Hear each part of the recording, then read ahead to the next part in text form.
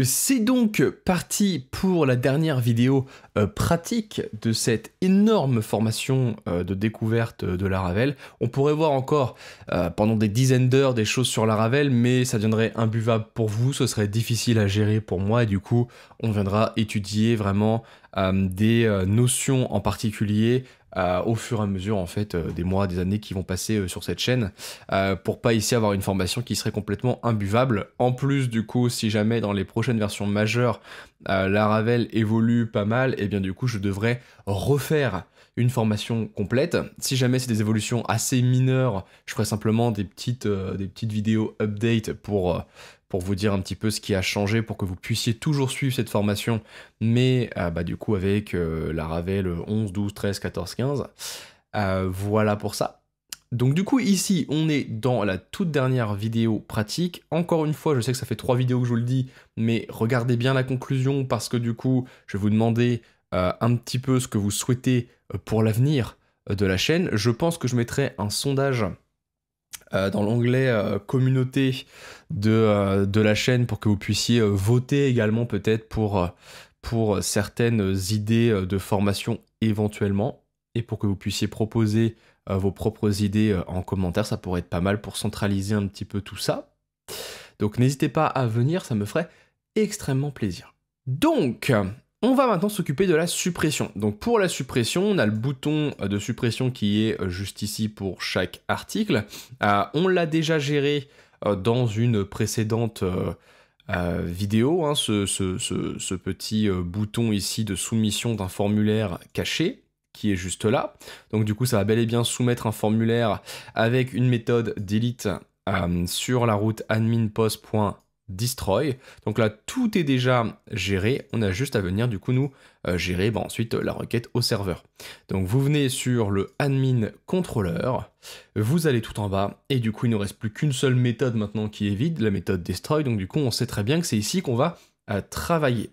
Donc, vous avez ici, automatiquement, grâce du coup au paramètre qui a été passé via l'URL, vous avez le post qui a été injecté dans votre action, et du coup, vous n'avez plus qu'à venir supprimer votre post. Et donc là, ça va se passer en 2 temps. On va d'abord venir supprimer la vignette qui correspond à l'article qu'on va supprimer. Donc sa vignette, c'est l'image, vous savez, qui est associée et qui est dans Storage App Public Thumbnails. Voilà, juste ici. Donc là, on a 2 articles, moi, pour lesquels j'ai mis des images. Je suis venu rajouter une image pour un article entre les 2 vidéos là. Donc ça, c'est impeccable. Donc du coup, on va venir supprimer d'abord l'image associée au post. Ensuite, on va supprimer le post lui-même. Et ensuite, on va rediriger notre utilisateur vers la page d'administration du blog. Donc, c'est parti. Ça va se faire du coup en 3 instructions. Première chose, suppression de la vignette. Bon bah ça on l'a déjà fait du coup pour le remplacement de la vignette lors de la mise à jour. On va utiliser la façade storage et du coup on va utiliser la méthode delete. Donc vous indiquez delete et du coup simplement vous venez lui passer en argument le lien vers notre vignette. Donc via du coup la propriété thumbnail.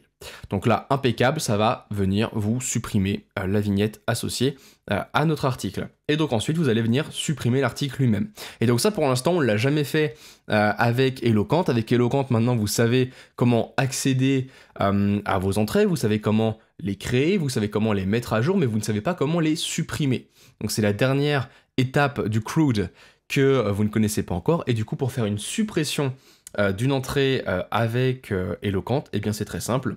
Vous prenez l'instance de votre modèle et vous utilisez simplement dessus la méthode delete. Et là du coup votre entrée va être supprimée. Une fois que ça c'est fait, vous venez faire une petite redirection. Donc redirect, et du coup on va rediriger la personne vers la route admin.post.index. Et donc là, logiquement, on est tout bon, c'est incroyable. Donc, je vais tenter de supprimer l'article qu'on avait créé du coup dans la vidéo précédente. Donc ce magnifique article ici va logiquement disparaître si jamais j'ai bien fait mon travail. Donc du coup, ici, vous venez cliquer sur supprimer. On aurait pu, dans la vraie vie, venir mettre une petite modale avec du JS pour venir du coup demander à la personne de confirmer la suppression, parce que là du coup c'est un peu dangereux, hein, il suffit que je glisse et je viens du coup supprimer un article que je ne souhaitais pas supprimer. Donc du coup dans la vraie vie on pourrait rajouter une petite modale, ce serait extrêmement simple de le faire avec Alpine.js, mais si du coup on s'embête pas, hein, on focus sur la partie PHP Laravel, mais dans la vraie vie on le ferait pour éviter tout problème. Même si certains vrais sites ne proposent pas ce genre de sécurité, je trouve ça quand même important pour moi de mettre une petite modale dans ce genre de cas. Donc là, vous cliquez sur « Supprimer ». Et là, c'est incroyable. Vous venez de détruire votre article. Vous voyez, s'il n'apparaît plus, en premier, c'est un article qui avait été généré avec le seeding. Et donc là, si je viens sur la page d'accueil, l'article n'est plus là. Donc là, ne vous méprenez pas, hein. C'est justement l'article sur lequel je me suis amusé entre les deux vidéos, là où j'ai rajouté du coup la même image pour vérifier que tout était OK, et tout était bel et bien OK. Donc là, on est très très bien.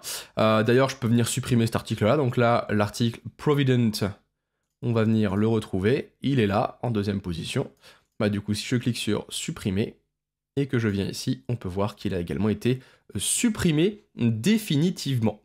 Donc c'est impeccable pour la suppression, je ne vous retiens pas plus longtemps.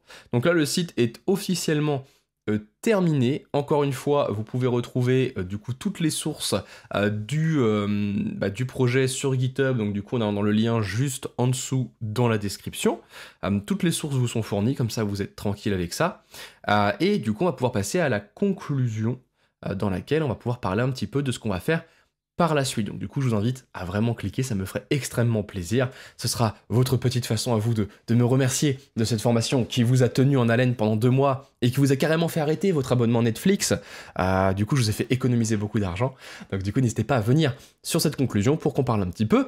Et voilà, on se retrouve sinon prochainement dans de nouvelles formations, plus ou moins longues, pas aussi longues que celle-là hein, pour les prochaines, parce que là, c'était un sacré morceau. C'était vraiment, je voulais commencer par ça, parce que pour moi, ça allait être la base de ma chaîne, vu que je veux parler pas mal de Laravel, pas que, hein, on parlera pas que de Laravel ici, mais du coup, justement, vu que je sais pas forcément dans quelle direction on va aller par la suite, j'ai des idées, j'ai plein d'envies, mais du coup, forcément, vous pouvez influencer tout ça en fonction de ce que vous avez envie de voir sur la chaîne. Donc je vous dis à tout de suite pour conclure sur tout ça.